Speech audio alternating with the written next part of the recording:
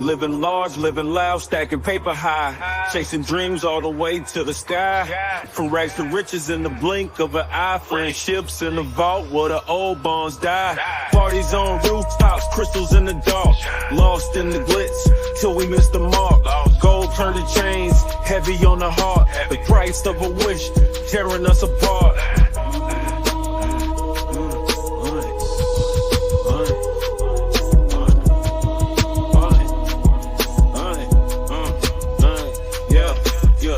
Crew, we just hit the jackpot, stacks, money taller, now we on the top of the map. The grease slid in like a police trap. Truck broke down, can't avoid that cap. Friends turn foes, plot a twist, no script. Lies and blood, bills ain't clean, they drip. Versace steering wheel, now we in for a trip. We used to be friends, but our bond just ripped. Gone. We hit, we hit, we hit, we hit, we hit, we hit, we hit, we hit, we hit, we hit, we hit.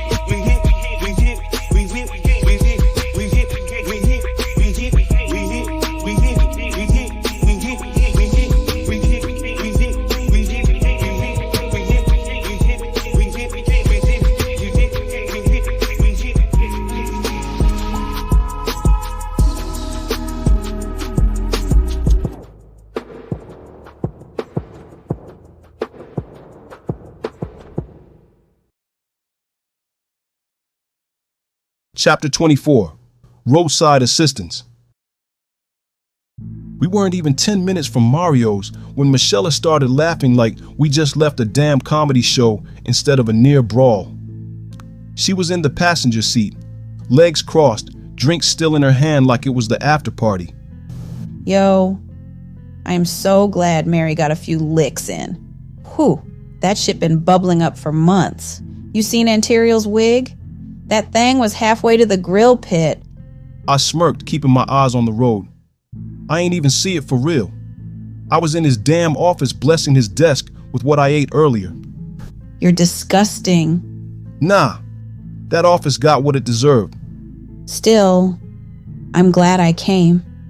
Because Mary popping out with the mayor, this party gave what it was supposed to give. Yo, while I was in there, I heard Ashley and Trey outside. Sounded serious. Her head turned real quick. Serious? Like what? Like, that nigga threatened her. I'm not even playing. He had that voice, that low tone like he meant it. Said some shit like, you in this whether you want to be or not. I don't really know what it was about, but it sounded crazy. The fuck? I was gonna walk out, but I paused. Something told me to chill. Trey sounded off, like he was really on edge. And Ashley, she looked shook. You sure about what you heard? Yeah. Ain't no mistaking that. He's plotting something. She leaned back in her seat, face turning more serious now. I wonder what it was all about. Yeah, me too.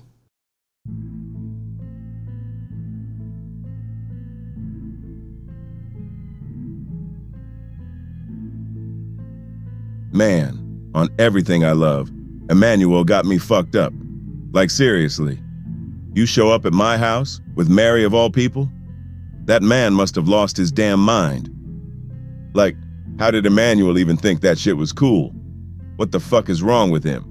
I mean, I know he just lost Kim, but damn to have the balls to pull what he just pulled. I cannot believe he brought my woman, I mean Mary, to our house.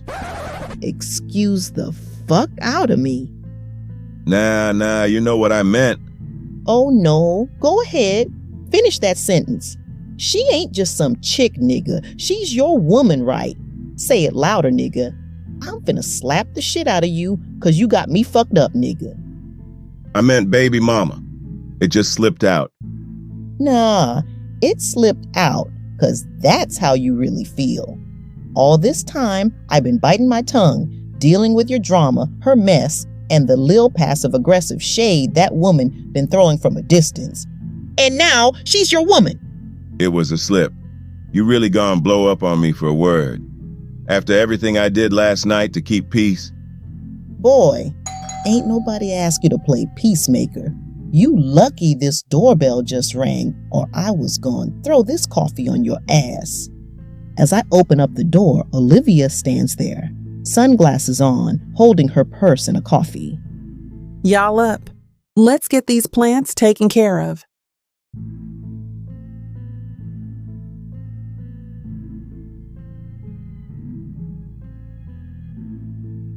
The second I stepped foot into that house, I felt the air cut sharp like somebody left the freezer door open. Antiriel let me in and we moved toward the back, her face trying to stay calm, but her steps moving fast like she needed to vent. So I followed. As soon as we hit the backyard, I broke the ice. Girl, are you okay? That shit was crazy last night. And in front of all them rich-ass people? Couldn't have been me. I would have sent Mary's ass right back out the front door. Y'all two was fighting like it was brown liquor being served. I thought it was champagne, not Hennessy night. That bitch had it coming. Did you see that hook I gave her? I tried to knock her head between the washer and dryer. Oh, we saw it. Me and Alex laughed the whole night. We thought Emmanuel was bringing an escort. So when Mary walked through that door, baby, my jaw hit the ground. I just hate we damaged these damn plants. That's why I called you. You the plant whisperer? Well, I got a little time before I head to Evergreen today. But it's gonna cost you. My magic don't come cheap, I teased, rolling up my sleeves. We got to work after about an hour and a few glasses of the finest mimosas while repotting one of the plants near the patio. That's when she got quiet. I glanced over. Something on your mind? Then she hit me with it. Last night, when I came back here to check on this plant, I found Tara's phone at the bottom, covered in dirt.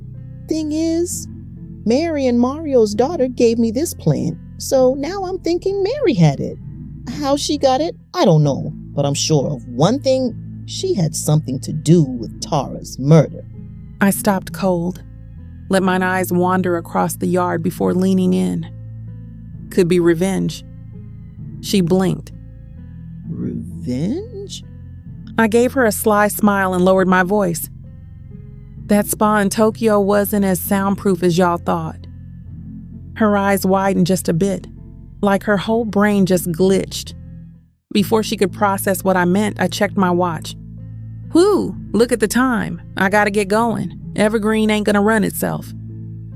I gave her a little wink and strolled back toward the house. Okay, girl, I'll talk to you later.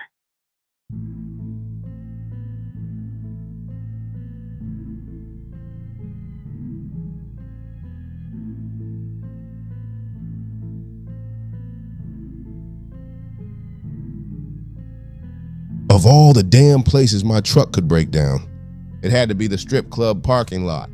There I was, sitting behind the wheel of my classic baby, hood popped. I'd only stopped to grab a plate of wings, didn't even make it inside before my whole engine started wheezing like it had asthma. I tapped the steering wheel in frustration and pulled out my phone. Roadside assistance, how can we help you? Yeah, I'm stuck in a parking lot, old school truck, late 80s model. Don't send me nobody that's gonna look confused. I need someone that knows cars, not someone just trying to take a selfie with one. I leaned back and sighed.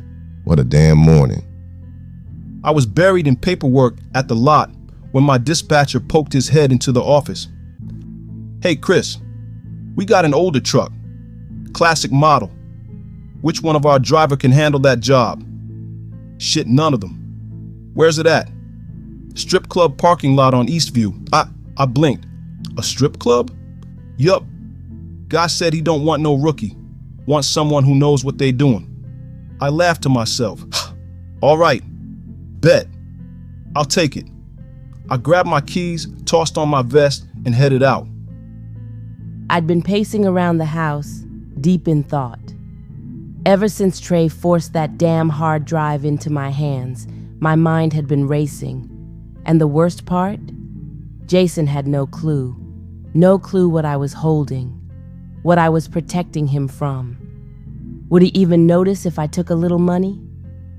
I shook the thought off quick, but it lingered in the back of my mind. It was quiet in the house, too quiet. That's when I heard it, a faint beeping, not loud, but consistent. It was coming from down the hall, one of Jason's offices, the one I never went in, the one he always kept locked. but clearly forgot to close all the way today.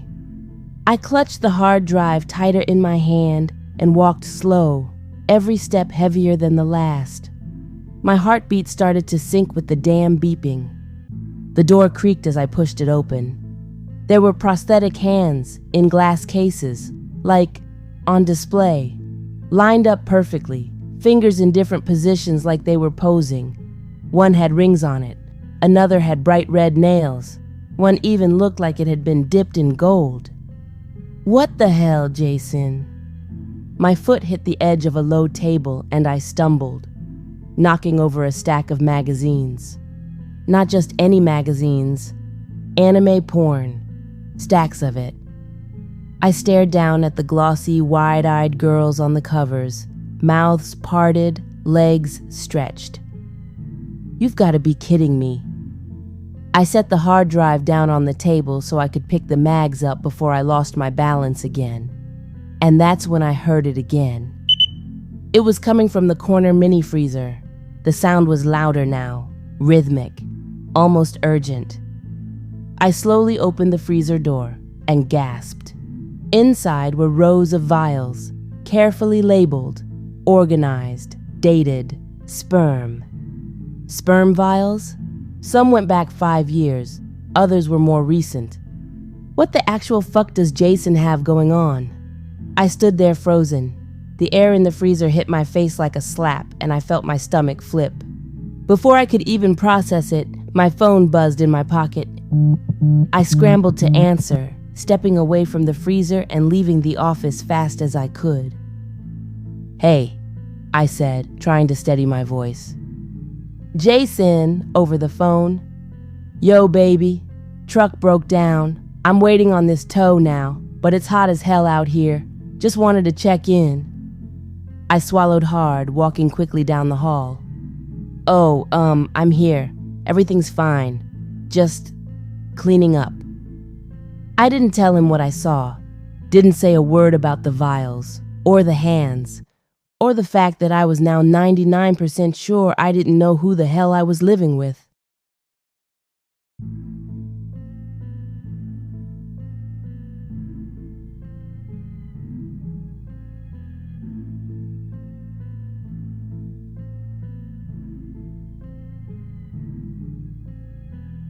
We were halfway through the walkthrough for Ladarius and Kesey's big day. The sun was out. The space looked good, but everything still felt rushed. "Okay, so flower arrangements go here." I pointed toward the altar space. "Guest tables will line the outer path. We'll keep it classy and tight." Ladarius nodded, squinting in thought. Kesey looked excited but nervous. That's when Olivia strutted in, sunglasses on, iced coffee in hand like she was arriving on set. Hold up. What's y'all's budget for all this? $20K. 20,000? She gave me a look like that's all. Then she pulled Kesey to the side.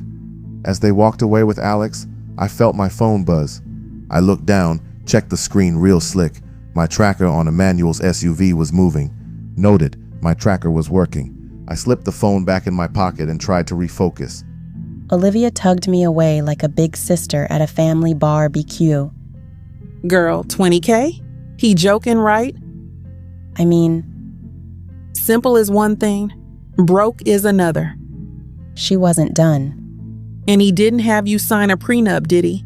'Cause I'm calling this whole wedding off myself if he did. I gasped. No, ain't no prenup talk. Why would... I'm just saying, you think Alex is the only one on that Evergreen Estates deed? Baby, I made sure my name went right under his. If anything happens to him, I'm walking out with half. I ain't crazy, and I damn sure ain't cheap. Kesey looked stunned, but she needed to hear it. You love him? Fine, but don't be no fool in love. I patted her shoulder, gave her a quick wink, and walked back over to the guys. Alex was mid-sentence. "What's the real budget, my guy?" I looked at all three of them. Kesey looked like she'd just been hit with a financial truth bomb. I adjusted my jacket. Fuck it, you know what? Just because we are asking an impossible task of y'all on such short notice, 100,000. That's more like it.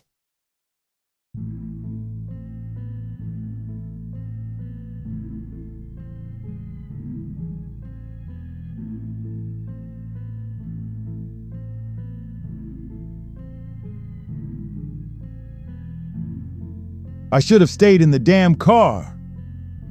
Soon as Trey opened my door, that reporter was on me like flies on trash.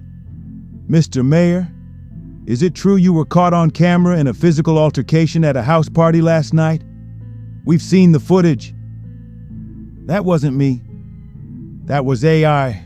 You know how deep fakes are these days. Trey stepped between us like a bodyguard in a Jason Bourne movie. He ushered them off like he'd done it 1,000 times, then followed me into the building. Back in my office, I pulled out the good bottle and poured 2 shots. I slammed mine back like it was water. "You want one?" I asked. Trey shook his head. Nah, I'm good. He leaned against the door frame, arms crossed, always watching. There were 1,000 phones at that party last night. That footage could have come from anywhere. "Then scrub it," I snapped. He raised a brow. Scrub the internet? "I pay you all that money, Trey." I stood up, pointing a finger at him. "So show me what I'm paying for, God damn it!" He didn't flinch. He never did. He just nodded once, sharp and cold, then turned and walked out. I didn't even bother slamming the door. What would have been the point? That damn video, that damn party. He's determined to take everyone down with him, I muttered to myself. Emmanuel was spiraling, and I wasn't about to go down with him. He wanted me to scrub footage like this was Mr. Robot, like I had a delete button for chaos. If Ashley didn't take the bait, I was screwed. And I still didn't know what she'd do. She used to ride for me, used to be down. We had a bond. But she broke it. "Why'd you have to do that, Ash?" I said under my breath. "It was supposed to be me and you in this together. We had a plan." I pulled out my phone and hovered my thumb over a contact I hadn't used in a while. The chief, maybe it was time. Time for a failsafe. Because if this ship was going down, I damn sure wasn't going down alone.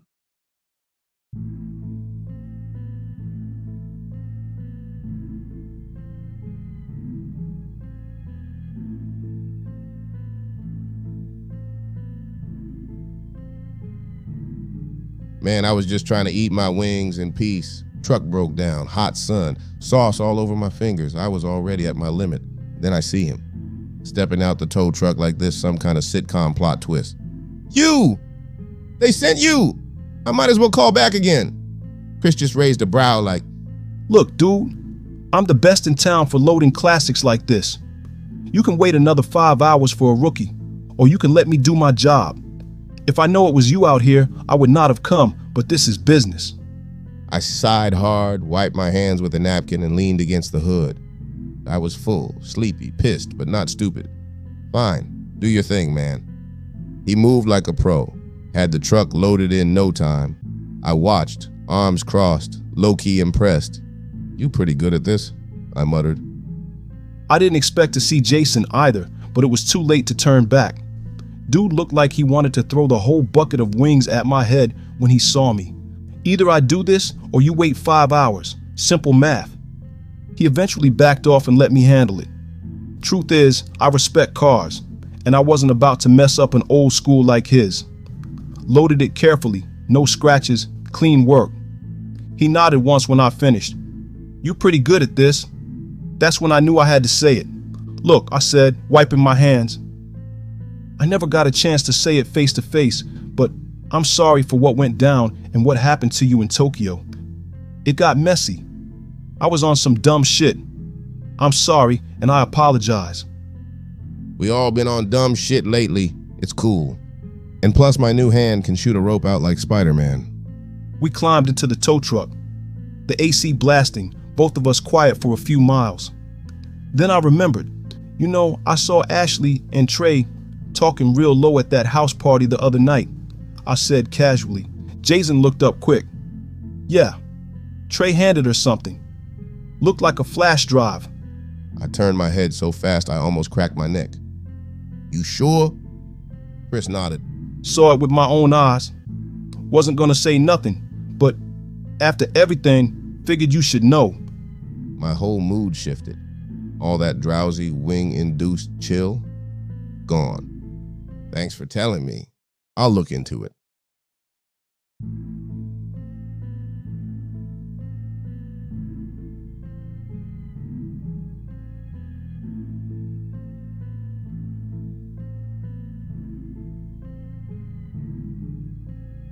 I'd been staring at this damn phone for the last hour, fingers sore from tapping every birthday, every pet name, every dumb guess I could think of. Then it hit me. Try the year she graduated culinary arts school. That year changed everything for her. I typed it in. 2-0-0-3. The screen unlocked. My heart skipped. Finally, I scrolled through photos first. Nothing out of the ordinary, selfies, old party snaps, screenshots of recipes, a couple throwback shots of us. Nostalgic, but not helpful. Then text messages. Dry. Nothing shady, just everyday stuff. I sighed, leaning back. All that just to hit a dead end? Just as I went to put the phone down, my hand slipped. The screen tapped against the wine glass, and somehow it opened the Voice Memos app. The titles were generic.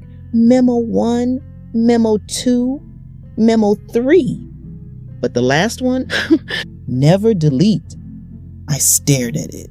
That name alone made my skin prickle. I tapped play, hesitant, breath held, a moment of static. Then, I need you to erase the footage of Kim committing murder. I'm going to be mayor, and I do not need this coming up. was that Emmanuel talking? I told you my price, Emmanuel. Now if you do not pay it, I will leak this shit myself, and both of y'all can go to prison. Was that Ladarius? I cannot believe I just heard that. So that means Kim really did it.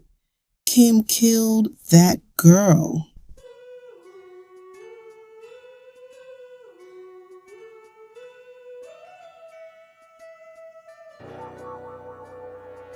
Well, what an explosive chapter that was. You've just listened to another twist in the dark tale of We Hit. If your heart's racing and you're craving more, you know what to do. Smash that like button and hit subscribe. Things are about to get even bloodier, more deceitful, and thrilling. So stay with us and brace yourselves for the next chapter.